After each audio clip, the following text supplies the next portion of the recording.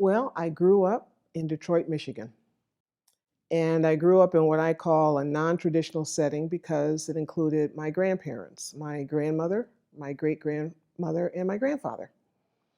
My life was pretty idyllic. I mean, it was very Midwestern, very traditional in the sense that we were part of a large community, very active in the church, and I have very fond memories of growing up with my grandparents.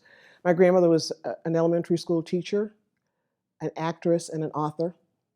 My great grandmother was an ordained minister in the African Methodist Episcopal faith, and my grandfather was a porter with the New York Central Railroad.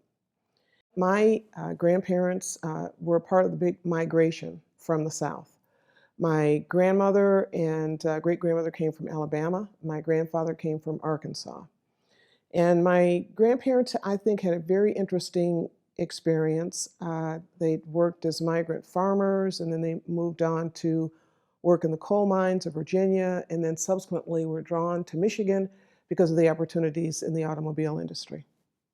They were almost a collaboration. I thought it interesting that as a small child, my grandparents lived in one home and my great grandmother lived in the home next door.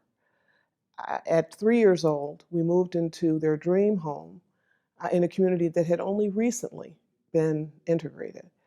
And we all moved in together.